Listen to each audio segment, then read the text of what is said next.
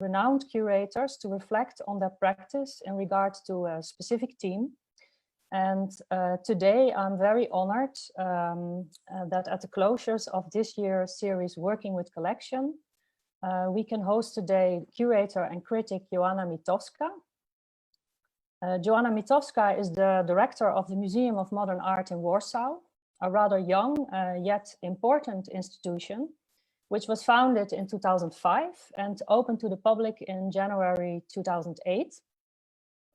Before Joanna was appointed to the Museum of Modern Art in 2007, she was working as a curator at the Centre Pompidou in Paris. And she was also working at the Foksal Gallery Foundation in Warsaw from 2001 to 2007, where she was also co-founder.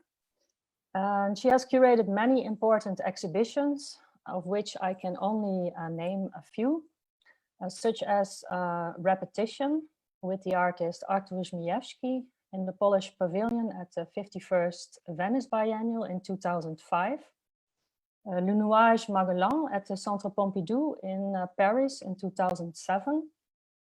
And Alina Szapocznikow, Sculpture Undone, 1955-1972, at Wheels, the Center of Contemporary Art, Brussels, Hammer Museum in Los Angeles, and the Museum of Modern Art in New York in 2012 and 2013. This was a co-curated exhibition. And a final exhibition I'd like to mention is Never Again, Art Against War and Fascism in the 20th and 21st Centuries at the Museum of Modern Art in Warsaw in 2019. In her lecture tonight, which is entitled The Polish-Soviet Friendship and the Letter, Joanna will focus on the collection of the Museum of Modern Art in Warsaw, naturally, in which different sequences of works and narratives intertwine. And she's considering two important works from this collection as case studies. Alina Szapocznikows Monument of Polish-Soviet Friendship from 1954 and Goshka Macuga's The Letter from 2011. After this lecture, there will be a Q&A in which all of you can ask questions to Joanna personally, using the raise hand button, which you will find in the control panel of your screen in the middle. But I would kindly like to ask you to not raise your hand during the lecture, but to wait with your questions until Joanna has finished her talk. If you have, though, a question that is important you would like to ask and you are afraid to forget it, you can write it in the Q&A column, which you can also find in the middle of your screen in the control panel. And we will get back to these questions after Joanna has finished her talk. But before giving the floor to her, to Joanna Mytkowska, I would like to ask Tanja Boon of the SMAC in Ghent to add a few words. Thank you.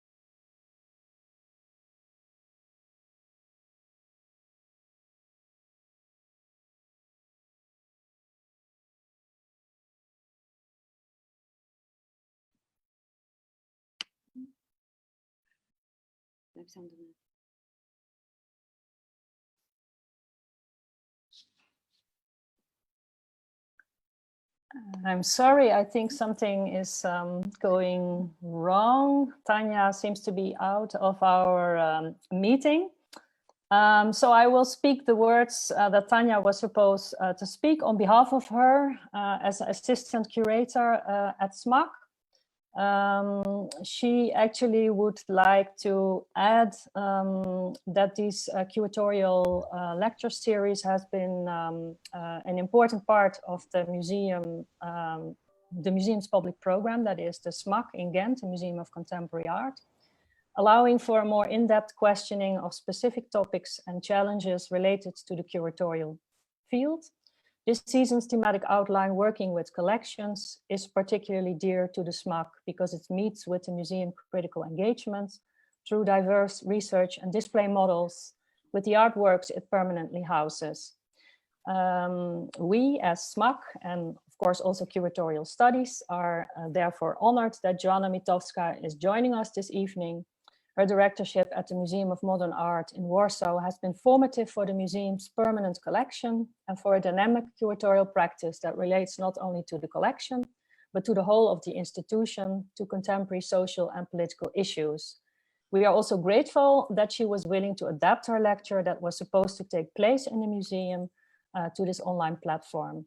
So thank you all for joining us this evening, and I will now give the floor to Joanna Mytkowska. Thank you. Hello, everyone. Thank you very much, Natalie.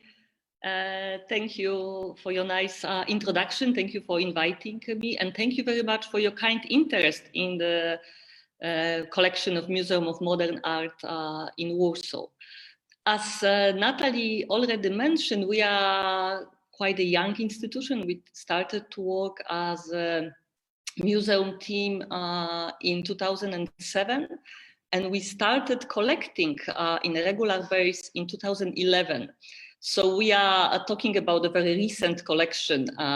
We are talking about a decade of collecting, so this is not a very long tradition. Just to give you a very basic information, our collection is consisting of around 1,000 items. And 40% of that number, they are donations. Then 30% are permanent loans, and only 30% are acquisitions. Museum of Modern Art in Warsaw, it's obviously a public museum, so our acquisitions are supported by Ministry of Culture. It's 80% of our financial sources, and 50% we are raising on our own. We are able to buy every year approximately 20-25 works of art. And I also want to mention in the very beginning that we perceive as an equally important source for our working on the collection or collection exhibition, our archive. And our archive is a very huge collection of items. It's more than 500,000 files. But the way we are collecting archives is mostly based on donation again, but also we are collecting rights. We are acquiring licenses for rights to make available to distribute files. So we are not collecting only original matters, documents, photographs, films, performances, but also documentation or digital copies. This is important strategy in our collection. Again, to give you sort of information about the general ideas which are behind our collection policy, I wanted to stress what Natalie already mentioned, that as our collection is very recent, is very much related to the programming of the museum and the effort to articulate the mission of the museum. So it's very related to what museum is working on recently. And also the museum is like happening, let's say, in the sort of a turbulent time. Not only recently, but also in the past, the position of contemporary culture was in a sort of in a center of the public discussion.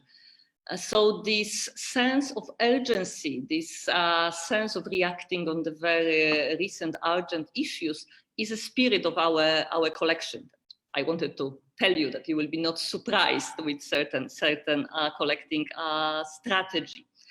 In terms of chronology, the key date for our collection is 1989. Obviously, we are collecting also works which were created before that, but 1989 is a certain perspective.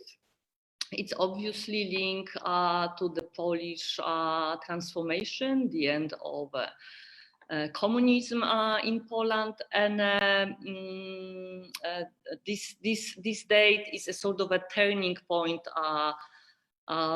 for our thinking about collecting. And if I would have to say in one sentence what was the criteria, how we created the collection, that would be probably that we are trying, we are rehearsal to create a narration, a story of Polish transformation after 1989 as a part of a bigger global picture. So that would be probably the shortest statement. And then another important remark in the beginning is that we are obviously a public collection, and we are trying to reflect on that fact.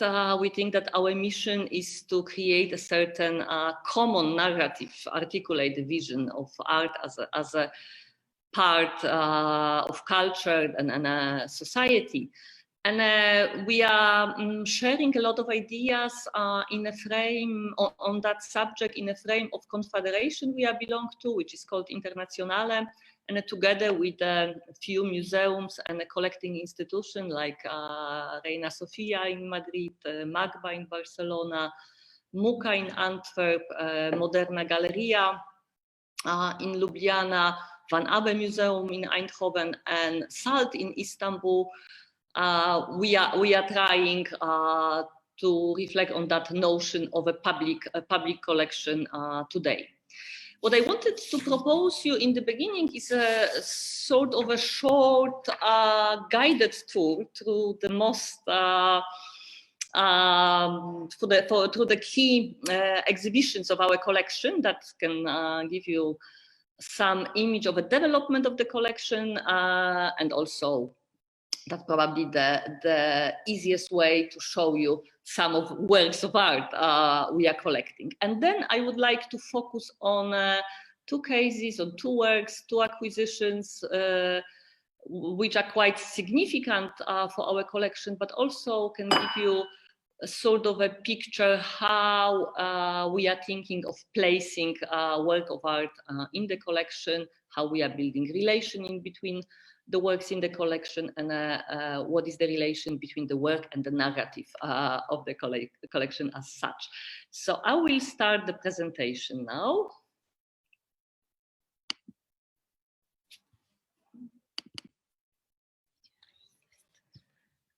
Okay, and I will start with the exhibition, which was one of the very first exhibition of our collection. It had a very appropriate title, Early Years, and that was the moment that in fact we didn't have any objects in the collection. And one of the first strategy we implemented, there were commission of works of art, and there was quite a long process of working with the artists for the work of art which was intended to become a part of our collection, but the process of collaboration in between the artists and the museum team, not only on the production of the works of art, but also on mapping the urgent issue, was a key moment for that process. And through that process, we managed to create together with our partner artists some of the iconic works for our collection. So I will show you a few examples.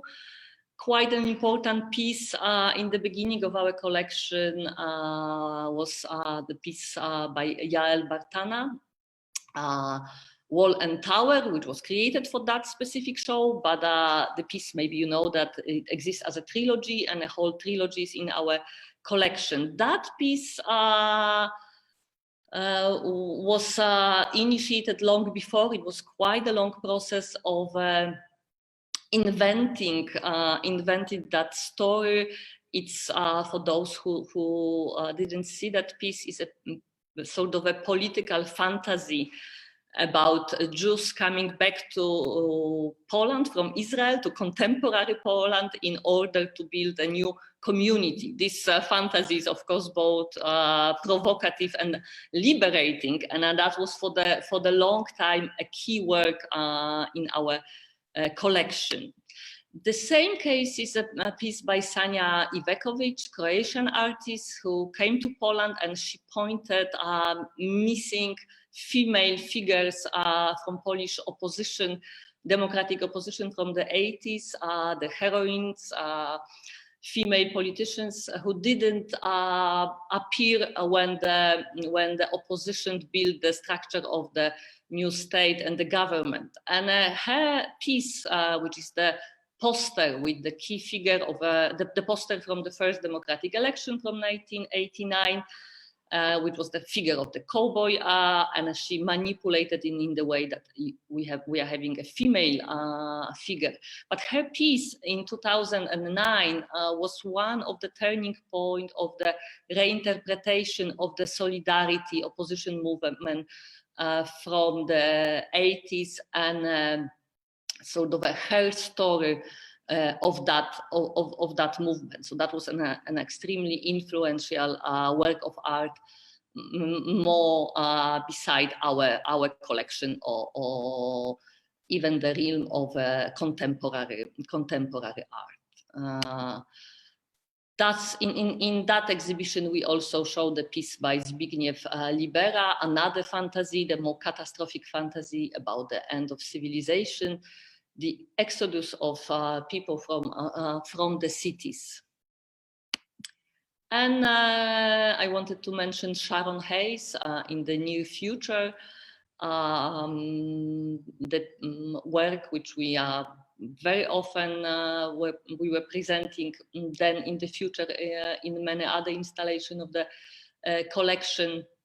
This is the reenactment of the important street protest which Sharon reenact in the specific localization in order to test common memory. What is the memory of the protest from the different time, different political reality. I have to mention that we are a young institution, and we start not only without the collection, but also without the building. So you will see many different localization of the exhibitions. We were quite often changing the locations, and we were operating in a different temporary spaces. So our collection was adapted to that condition. The other very early show from 2008 was connected with a different strategy I wanted to point today. This is something which I would call economy of gift. This is this number of donations in our collection. It's pretty significant. It's 40% of our collection. They are donations. Sometimes they are very significant works of art.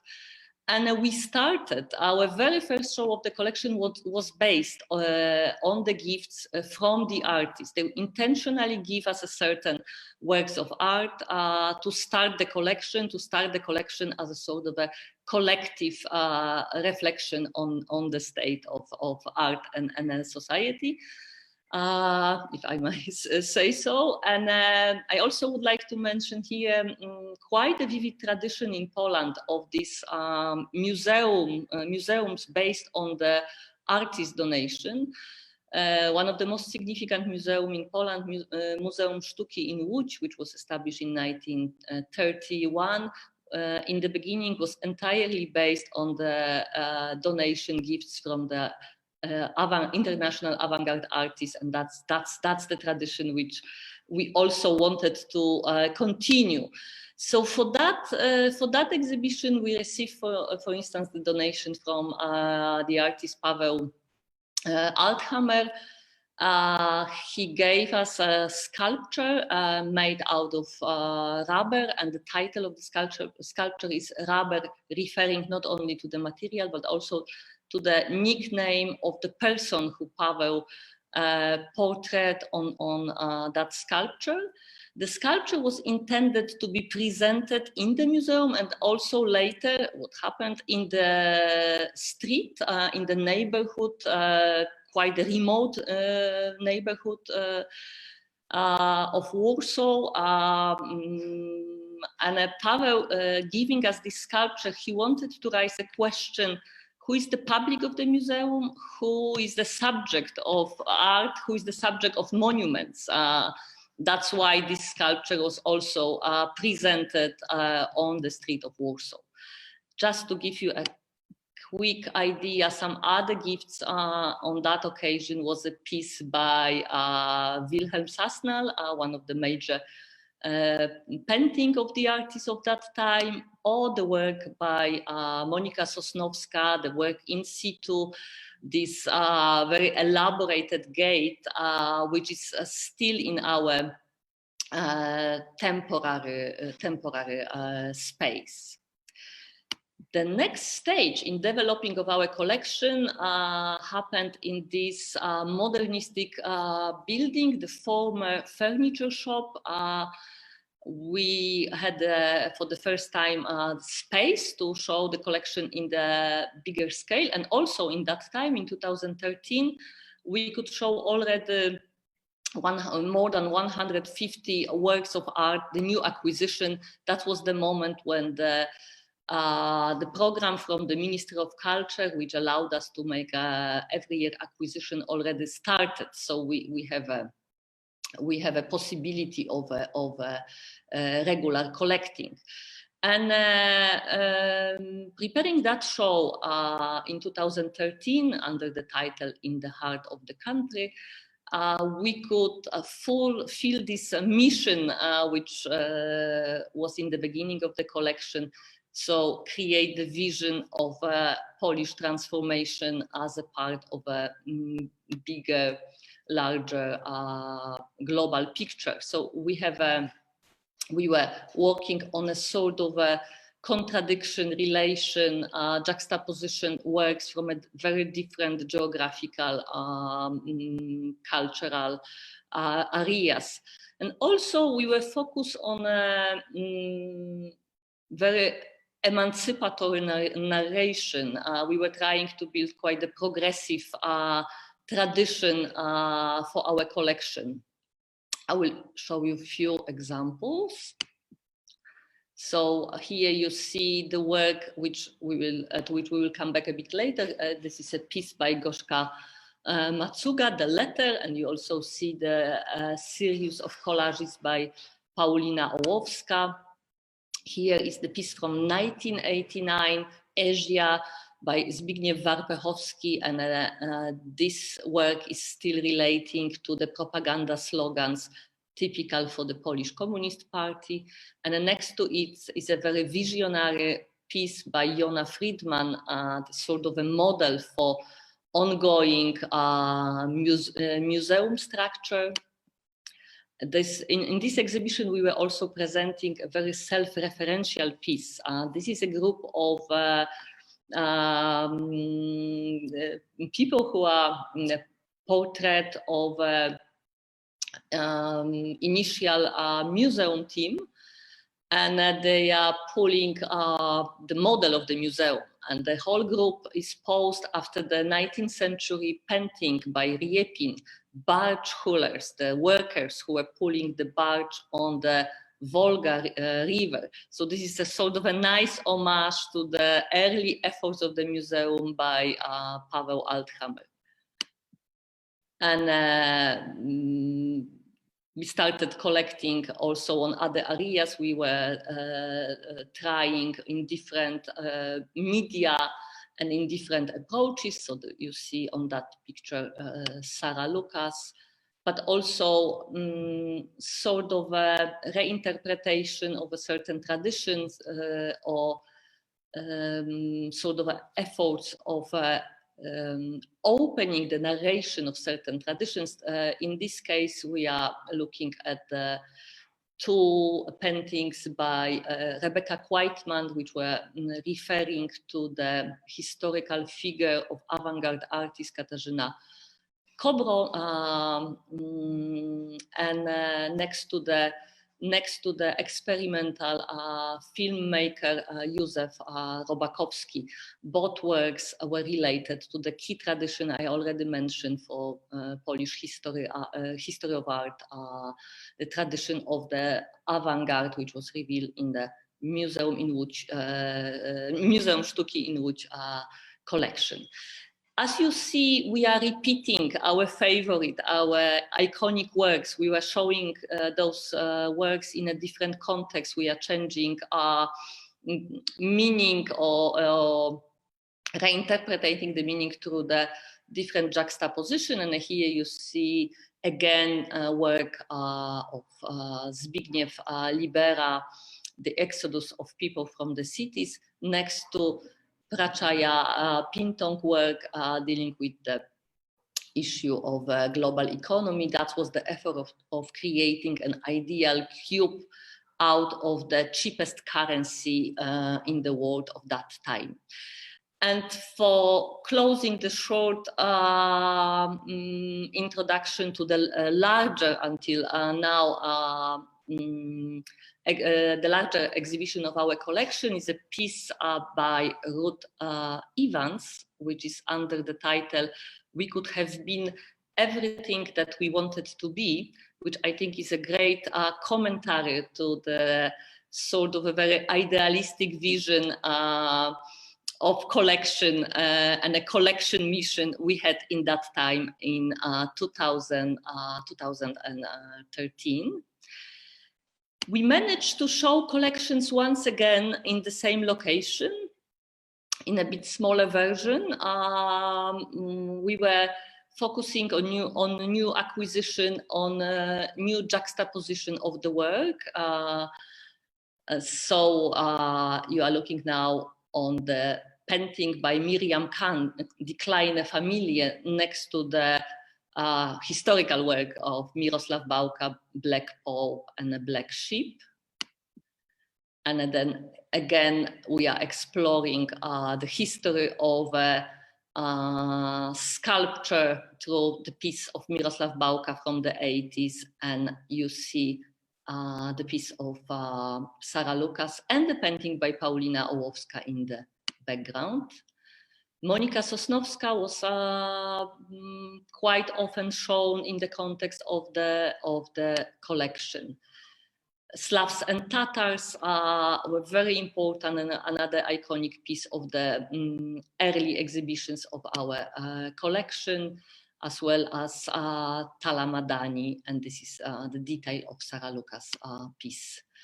And many times Sania Ivekovic. One of the most controversial presentation of our collection took place in a quite unusual localization for this sort of exhibition. We accepted invitation from the office of the President of the Republic in that time. And we prepared a very limited, small selection of artworks, but our intention was to bring an urgent issue to the great works of art to the political center of the country in that time.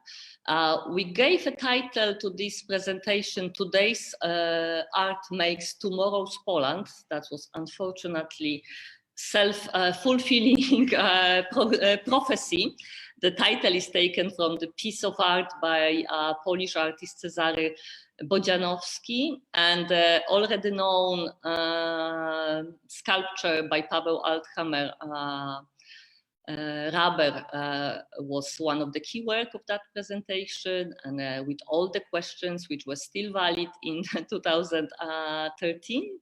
We were also showing unfinished buildings, the monumental painting by Rafał Bujnowski, the series of drawings by the realistic drawings, the scene from Moscow by a Russian artist Olga Chernysheва, and that painting by Wilhelm Sassner.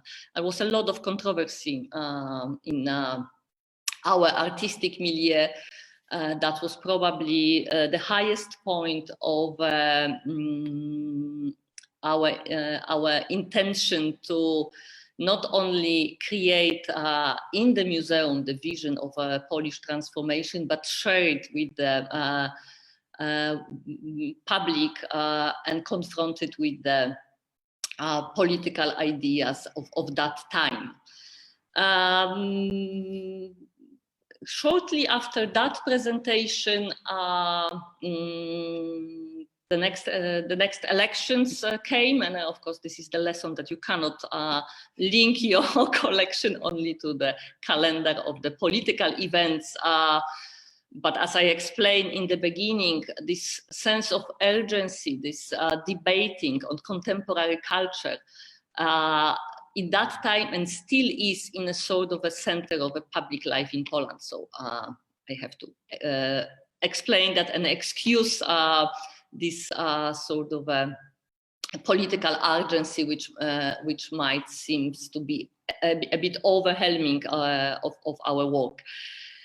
But shortly after, we experienced a major conservative turn, and the next president of the Republic would not invite our museum to prepare a presentation, and our collection was in the next couple of years mostly hosted in a different institution, mostly in smaller cities in different regions of Poland.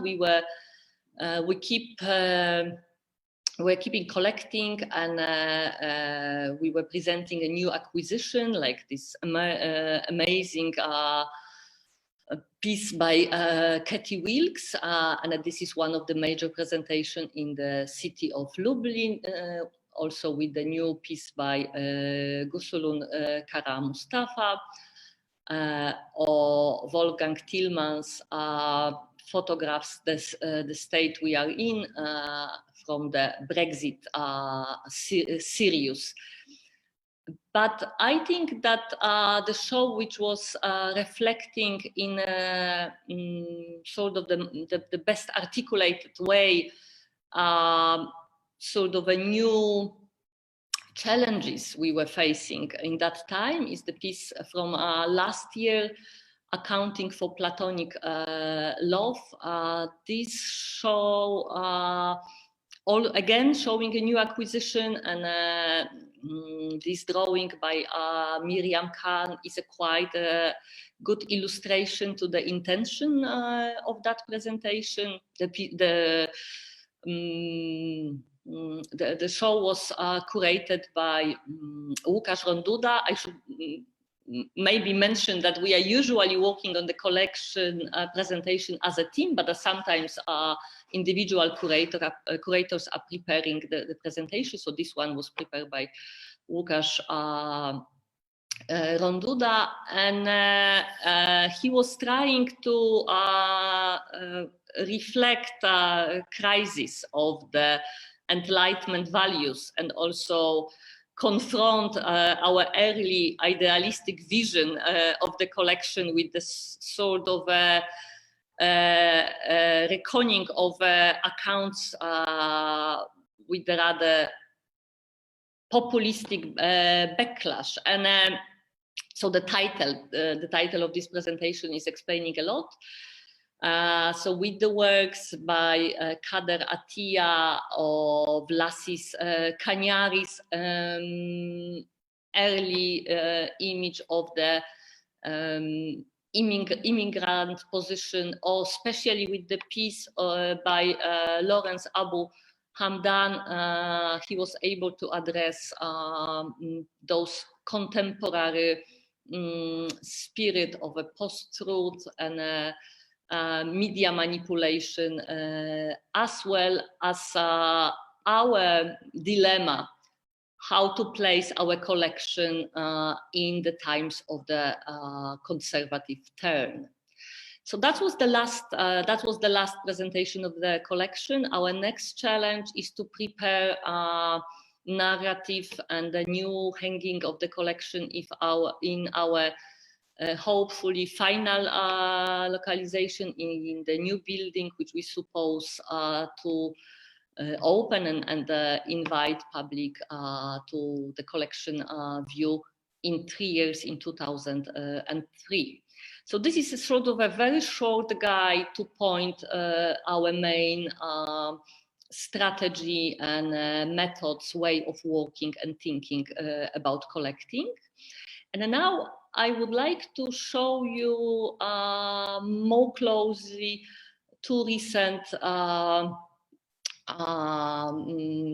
two works of art which recently appear in our collection. I will start with quite, I suppose, surprising object in a collection of the Museum of Modern Art, the piece by Alina Szapocznikow from 1954. That was a commission of the communist government for one of the most known building in Warsaw, Palace of Culture and Science. The building is known as a gift of Soviet for communist Poland, and one of the dominating and building, and also a sign of the Stalinism. And Alina Szapocznikow created this sculpture as a very young artist. She was after study with the modernist sculptor in the Prague Academy of Fine Art,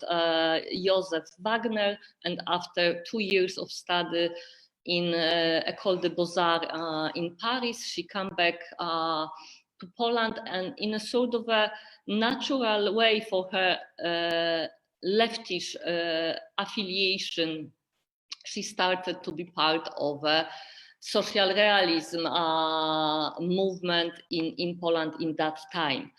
The history of this sculpture is quite paradoxical, because it's probably one of the most prominent sculpture from that period, the most prominent social realist sculpture. But almost immediately after completing this sculpture, this piece of art was forgotten. The reason for that was political. The Stalinism ended in 1956, and social realism was perceived as, in Polish art history, as a sort of a darkest period, and it was from the very beginning repressed and described as a sort of a error in artist careers, or only the moment of the oppression of the artist by the Stalinist regime. The personal motivations of artists were very quickly and deeply forgotten. And of course, Alina Szapocznikow is very much present in our museum collection as well. We were working on several projects.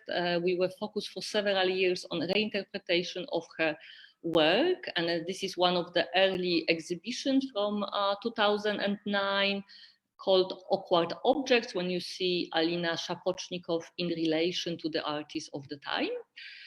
And also we have her works in the collection.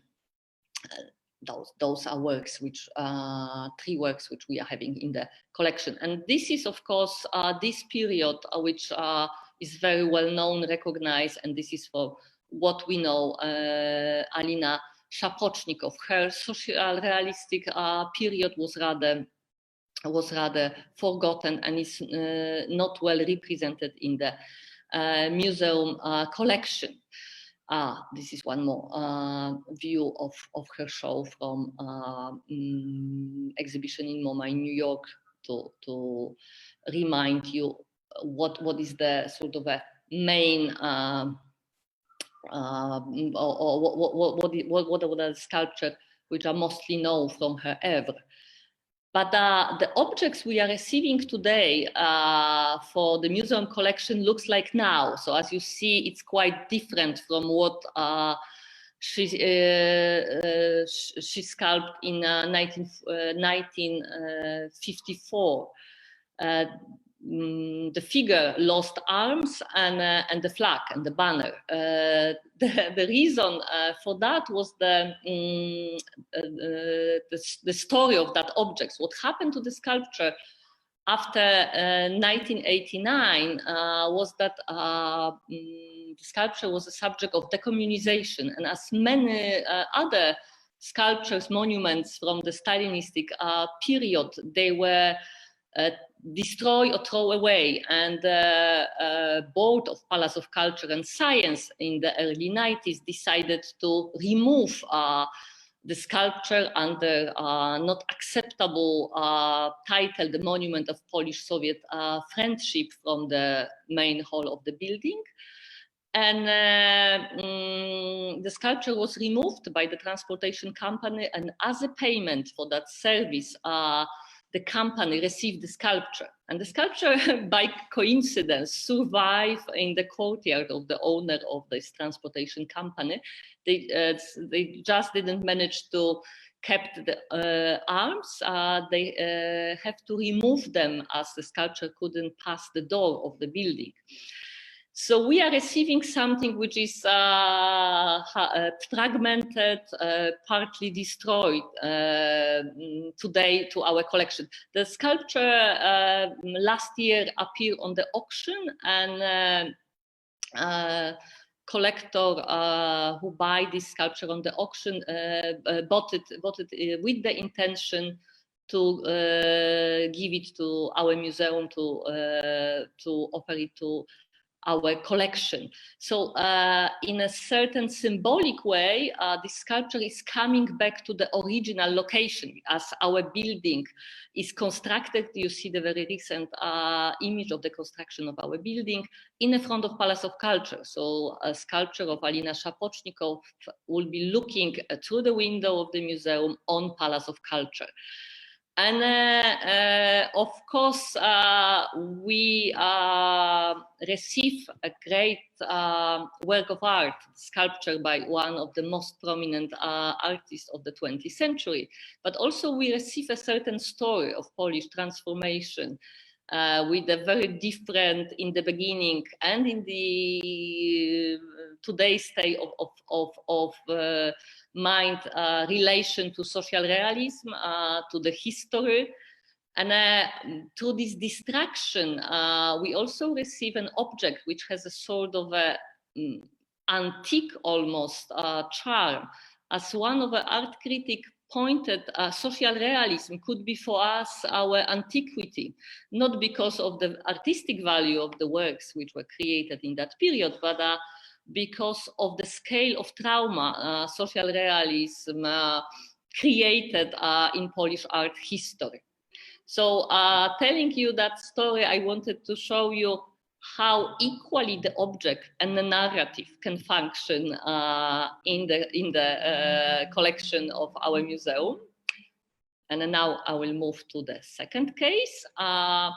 The letter. In fact, we have at least 2 works of art under this title in our collection. The first one is the piece by Goshka Macuga from 2011, which was prepared for her monographic show in the National Gallery in Warsaw. And that was one of these outstanding shows which are defining certain moment of the history. She dedicated the whole show to the phenomena we call in Poland Cold War between art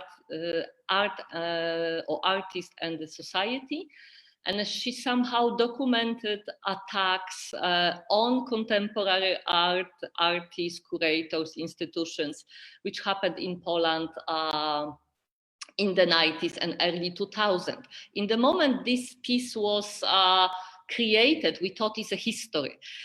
This is a huge tapestry, 11-meter long, and Goshka Macuga was referring to the letters which were coming to the national galleries, which quite a brutal, also anti-Semitic attacks on program of the gallery in that time. But what she in fact did, it was a sort of a reenactment of, if not the piece, at least a documentation of the quite a well-known piece from the history, the piece by Tadeusz Kantor from 1967, which was happening when 8 postmen transported a huge letter from the post office to the Foksal Gallery. And the documentation of that happening is in our collection as well, in our archive. We got a donation of the entire archives of important photographer Eustasz Kosakowski, who documented artistic life in Poland in the 50s and 60s, and through the amazing quality of that photographs, he created partly the art history of that period. Tadeusz Kantor was, of course, playing with the censorship of that time, of the communist era, and he was fighting for the autonomy of the work of art. And Goshka Macuga was referring to that aspect of his work. One more image. And the reason I'm showing you these historical pieces is the very recent action, performance, or rather street protest, which was referring to these historical pieces from our collection. This is the action organized by artists and activists a few weeks ago as a sort of a protest against organizing presidential elections in Poland during pandemic. And the artists are carrying on again a monumental letter with the slogan "Life not die," but with the position, but because of the position of the comma, this is quite a pessimistic message. No life, die in the translation. They are walking through the rather empty streets of Warsaw. This is still during the lockdown. They are escorted by the police, and they were also punished by the police, even if they were following the regime of the lockdown, having masks and keeping distance. And this letter was delivered to Polish Parliament. This action is perceived as the only image of the pandemic we will have in Poland, only visual image. And as such, we cannot underestimate the value of this. And we would be very honored to have it in the collection of Museum of Modern Art.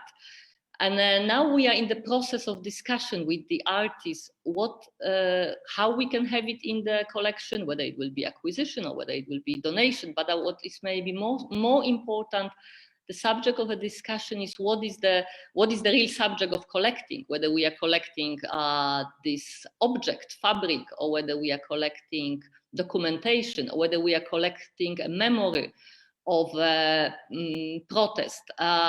So those questions are in the sort of a center of how we are thinking today of a collecting. So I wanted to mention them in the end. So thank you very much. I would finish my presentation here, and I want to welcome all of you to ask questions. Thank you very much.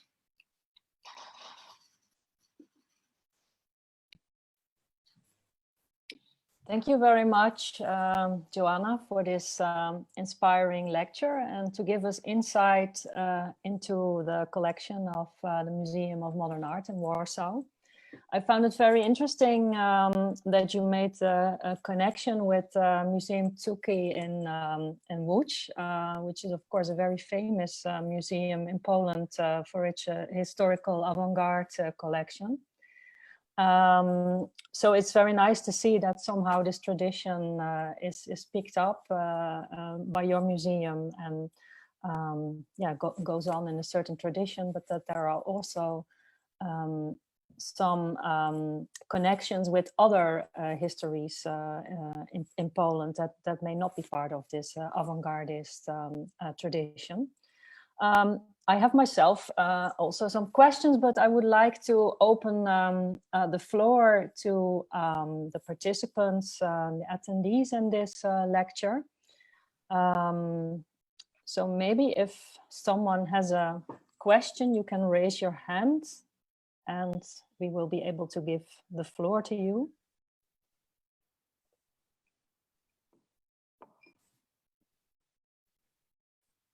I see no hands. Yes, I see one hand. Susanna, you can start your question. Of course you have a question. Hello, my name is Susanna. Yeah, I'm Polish as well. So thank you very much for your introduction to the collection of Museum of Modern Art in Warsaw. I think it's important, yeah, to bring this collection as well here. I'm having a question to you because you mentioned that the collection and the acquisition policy of the museum reflects on the transformation that took place in Poland or is still taking place in Poland from communism towards democracy and a fully capitalistic system. And I wonder, do you think this will remain actual in 5 or 10 years in future? Because when I think about the generation that was born of people who were born in mid-90s or early 2000, I think for them the subject of transformation is a sort of a family legend, something that they learn at the history lessons, but they don't share this as a personal experience. So do you think it will still remain relevant in near future? Thank you very much. It's a wonderful question. I would answer like this. Of course, giving this lecture, I'm telling one of the story. Having this collection, you can tell a different story, and on the different exhibitions, different approach to display, different hanging of the collection, we rehearsal a sort of a different version of that story. And I don't know whether this story will be still urgent, fascinating for the next generation. I hope so. We need the family legends, and it would be not bad if a collection would serve for that, for our community legend. But what I strongly believe that in our collections are great works of art, which are not only actual now in this specific moment, and that the future generation of curators will build a different narrative based on that collection of works of art. In this, I believe. Thank you.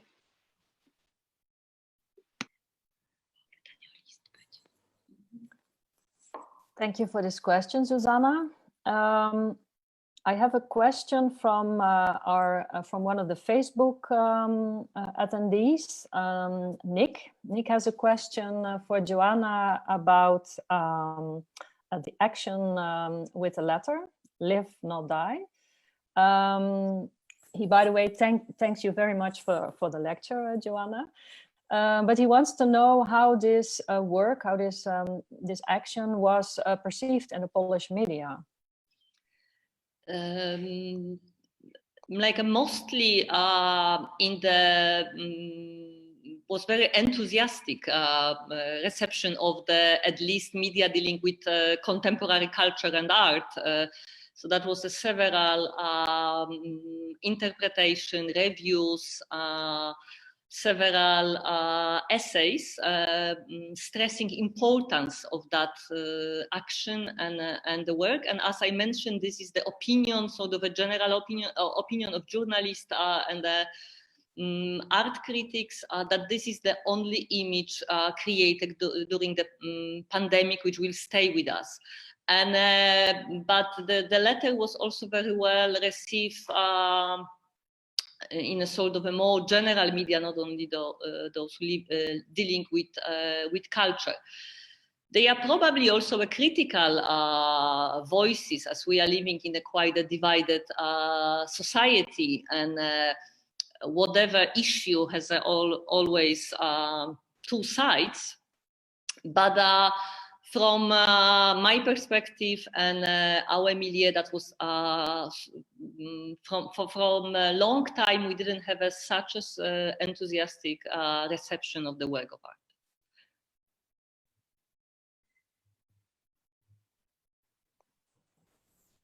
Thank you, Joanna. Are there any more questions from the participants?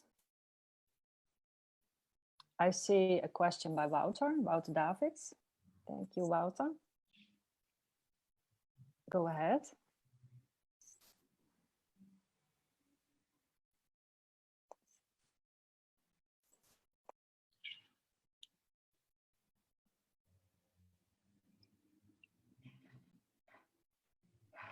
Are you hearing me now? Yes, we hear you. Okay. Did you hear my question before? No. No. Okay, sorry, I was unmuted still. So hi, Joanna, thanks for this great talk. I have a question about the name of your institution, because it's the Museum of Modern Art, since the reference is 1989, so you would expect it to be the Museum of Contemporary Art. Can you tell us something why that name is chosen?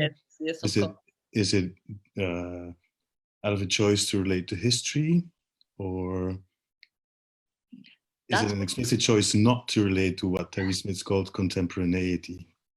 So to be honest, it's not our decision, not decision of the museum team. That was a decision of politicians and experts when they were debating about the new museum. So that was 2004, 2005. And they have sort of very random references, and mostly it's quite embarrassing story. And the main reason why they didn't call us Museum of Contemporary Art is the abbreviation in Poland, which was referring to the name of the Secret Service. And that was the bad connotation. So that was, I'm always embarrassed when I have to tell that story. So they gave us a name, Museum of Modern Art, because it was more neutral. And that was sort of still a beginning of discussing contemporary culture in the larger public context. So this very clear for us division between contemporary and modern was not so easy to describe in the discussion with general public. So we have a sort of an accidental name, and we always wanted to change that name. But from the very beginning, we were operating in a sort of crisis. And that was never a good moment to discuss with the Ministry of Culture that maybe it's time for changing the name for something more appropriated for our activity. And then we realized that our name, which in Polish is Muzeum Sztuki Nowoczesnej, MSN, it's become sort of a part of a sort of like a city legend. MSN, we are going to MSN, we are going to MSN for the opening. So that we thought it would be a pity to change something which become a part of people life in Warsaw. And it's of course against any marketing strategy, but it's sort of organic how this name was created. So for the new museum, we decided to stay with the name MSN, which will be pretty cryptic in the international context, but it will be very local. And we have a feeling that our public loves that name. So that's the story. Not very professional in a way. But it's a good one. Thank you. Thank you for the answer. Welcome.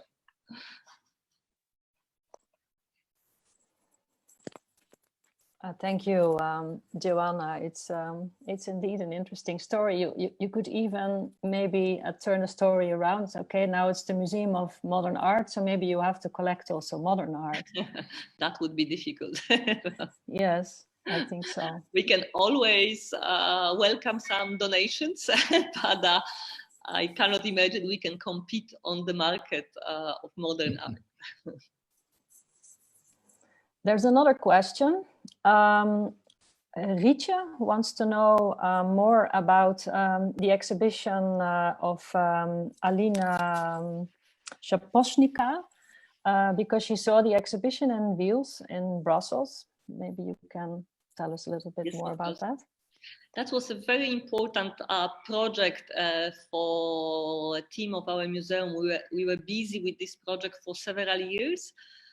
We started with the exhibition. I was showing you a few images, awkward objects, and then we organized a conference. And that was a moment when some new interpretation of Alina Szapocznikow oeuvre appeared, among others by Griselda Pollock and Connie Butler, and several other scholars all around the world wrote the papers. And that was the momentum that the other museums started to be interested in her work, because before that she was more or less known in Poland. In Poland, she was always perceived as a key artist, key artistic figure. And together with Agata Jakubowska, Marta Dziewańska, Marysia Matuszkiewicz, and Elena Filipowicz, we were working and discussing a lot on that interpretation. And Elena, together with Elena Filipowicz, we prepared show in Wils. And that was also connected with the work on the catalog, which also served later exhibition in Hammer Museum of Contemporary Art and Museum of Modern Art in New York, where show was curated by Connie Butler. That was an amazing story for us. We more or less all grow up with Alina Szapocznikow. That was always on the cover of books on art history, how international art critics are discovering Alina Szapocznikow and how much we can learn from them about artists we supposed to know. The key moments of that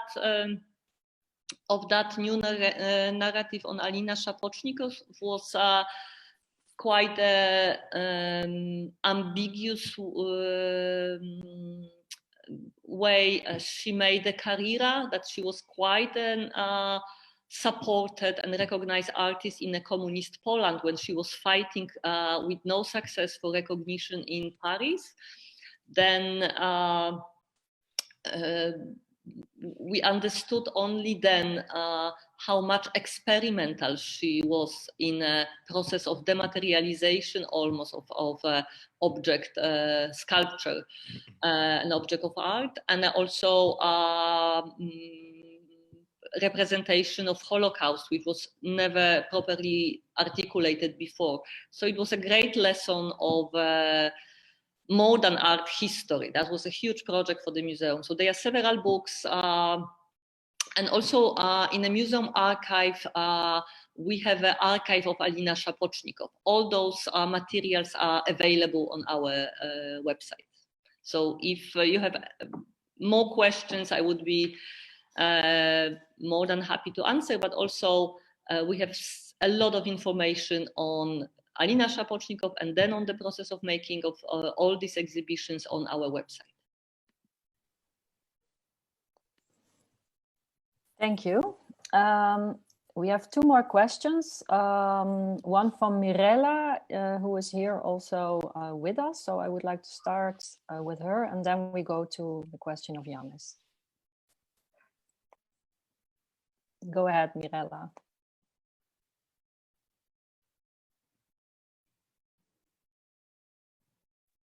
Hello, can you hear me? Yes, we can hear you. Thank you very much for your talk. I have a question to the gift economy, because at the beginning you said that this is something that to some extent characterizes the collection, and that you have 40% of donations. And I was wondering, I mean, maybe it's a bit early to ask such a question because the collection is not so big yet, but I was actually wondering if there are some pieces in the collection that you would consider giving away, or getting rid of, you know, or like if No, I'm sorry that I answer so quickly, but this is a law in Poland. This is whatever will become a part of a public collection. It's under the Polish law, national heritage, so we cannot get rid of. In our case, it's not the big problem because our collection, as you mentioned, is quite small, but big national museums, they have millions of objects, and they would be very happy to get rid of some of them, and legally it's impossible. So this is quite a restrictive law, which is probably because of the history and these emotions around national heritage, which not all of us necessarily share, but we cannot get rid of anything in our collection. We are very careful. We have, of course, so-called acquisition committee, but it's also the committee which is debating on donations and long-term loans, not to accept too many works we could eventually be happy to get rid of. But this is procedure for similar in every museum, I guess. Okay. Thank you. I think indeed this is a problem that a lot of public museums are facing. It's an interesting topic, the accession of collections. Maybe we could share collections. Yeah, that's maybe would be. Yes, well, I think maybe you were also talking about the Internationale Confederation. Isn't this a topic that you are also discussing amongst you? Absolutely, we have this sort of agreement that we are sharing collections in between us, and we have the intention that the public collection should be perceived more and more as a sort of a common collection available for the public institutions, but still is a lot of procedures. So if you want to have a Picasso from Reina Sofia, it's quite difficult to share, but it's still a lot of insurance value issues and tons of museum procedures which are in between our great intention to share collection. But we are trying our best. Yes, that's good to hear. There's another question from one of our students, Yannis. He is asking, first saying, thank you, Joanna, for your presentation. The history of your institution reminds me of the adventure of the National Museum of Contemporary Art in Athens, in terms of a permanent building, appropriate funding, and an independent and critical artistic direction. What is the impact of the political changes in Poland on your museum and you personally? I hope we will be not closed like Emst.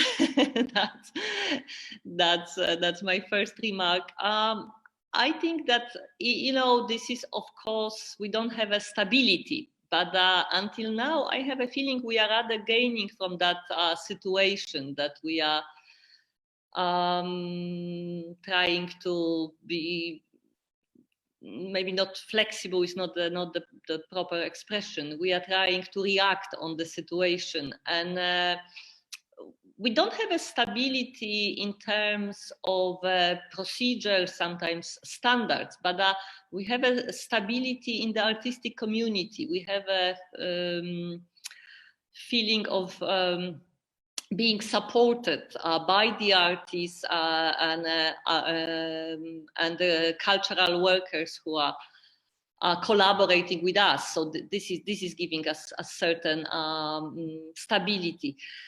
And I guess our situation is not unique. It's many institutions like our, even in Europe, especially in Eastern Europe.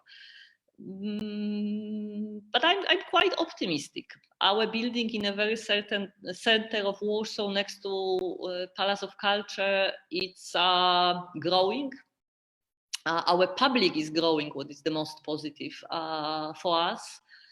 And if not major crisis happens soon, we will probably finally get a stability. But of course, the example of Emst is quite significant, especially if the moment of expected crisis. And also, we are discussing a lot in the museum recently what it could mean to be to fit to the new challenges.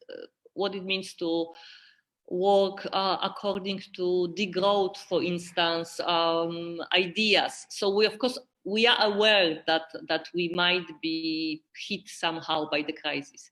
But at the moment, our situation, at least, is not urgent.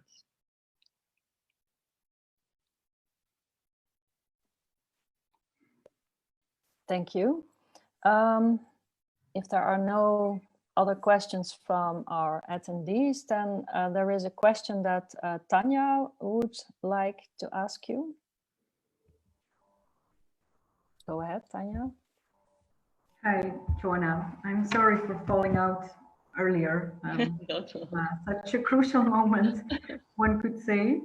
No, I just wanted to go back to the early years of the institution and the moment where you also had to conceive a collection for the museum. I was just wondering what was the landscape looking like at that moment? What was there in terms of institutional collections, and did that play a role within your own strategy to set up the collection? Were there blanks to fill in or stories to continue? You already talked about the Sztuki Museum. And then also, how does the sort of outspoken social and political sensibility of your collection, how does it relate to the landscape today? So when we started more or less 10 years ago, that was a feeling that we have a quite significant, meaningful collection of the after the war period until 1989. Art was collected by the public institutions in a sort of a regular way.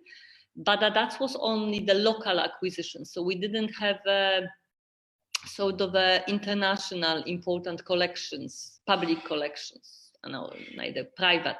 And the Museum Sztuki in Łódź was the only exception. So that was the one gap. And the second gap appeared in the period of transformation. So after 1989 until let's say 2010 was not a sort of a properly designed public program to collect. So it was no continuation. So of course our mission was to fill at least this second gap, to fill the lack of international art from beginning of 20th century was of course rather out of our possibilities. So we were trying to fill that gap in our very modest means we had and we still have. And then, of course, we have a quite a clear, as I was trying to describe, vision, what areas of culture are interesting for the collection for today, what is defining a social life, what is the vision of the narrative we would like to build. So obviously, we are limited to the certain vision. And but the situation changed quite dramatically, I would say. We have now several collections, also private collections, and national museums are also collecting. So they have a contemporary art department. So in the certain moment, even I had the feeling that we created sort of a new canon. So certain artists in this canon, like Artur Żmijewski, Wilhelm Sasnal, Monika Sosnowska, but also Jael Bartana. This is I could probably construct the list of artists which was sort of a must-have in the Polish art institutions. And also in the meantime, they appear grants for the smaller institution, local art galleries. So these gaps are somehow, of course, not in the ideal way, but somehow we are talking about much more rich landscape today.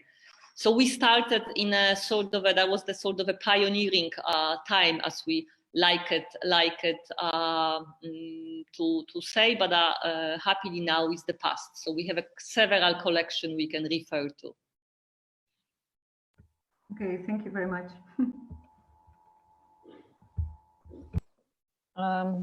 Thank you, Joanna. I think what I kind of like about what you're telling also about the archive that you have been collecting. And I was wondering, because you spoke about some artists and works in the collection that really refer to this avant-garde history or even a political history of Poland. But as you were explaining, of course, the budget doesn't allow to really acquire works from this avant-garde or even modern history of art in Poland. But you have a large archive of documentation, you were saying in the beginning, and I was wondering whether this could also serve somehow as a possible collection to use for exhibitions that you are organizing with younger generation of artists. Absolutely. Some of this collection we already plan to implement in the new building as even permanent installation. This is the case of Zofia Kulik archive. She had an amazing archive of the whole history of the independent art in the communist Poland. So this is one of the key archive we want to present in a sort of a permanent way in the new museum. And I again would like to invite you to our website. One of the main missions of our archives is to digitalize and to make available all this huge collection, and it's divided into several chapters. They are archives of artists, and often they are neo-avant-garde archives. We have archives of Józef Robakowski, we have archives of Włodzimierz Borowski, and I mentioned already Alina Szapocznikow, but also we have archives of experimental films, we have archives of performance art. So there are several chapters, and this is definitely the source which can serve for both exhibition, but also obviously research and the point of reference for many of our projects. And these archives, this is quite interesting. This is probably the historical momentum we started with. This is quite often intention of artists to, or the artist families to give archives to us, because we can guarantee that they will be available, that they will be available in the on our website, so they will be easily accessible. This is also a case of, I think also it's a trust that they will be interpreted and elaborated in a professional museum way. So that's why we have such a large collection of archives. Thank you. Yes. That is indeed an interesting way of dealing with the past and making it also accessible to the public. I think we have almost come to the end of our webinar. I don't see any hand raising anymore. If there is someone with a last question, we will have a few minutes maybe. But if not, then I would very much like to thank Joanna Mytkowska for being available for this online lecture. It was very interesting, and I think we have learned a lot of this young institution. So thank you very much. Thank you very much. Thank you all. Also, many thanks to Tanya Boon of the SMAC and all the other moderators that were working back screens from CASC and Curatorial Studies.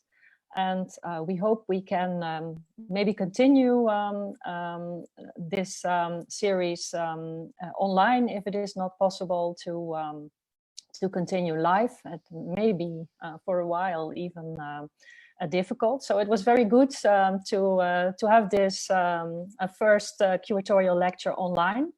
So hopefully we will see you all in our next series next year's. But for now, I thank everyone for their participants, and we hope to see you again. Thank you again, Joanna. Thank you. Goodbye. Bye.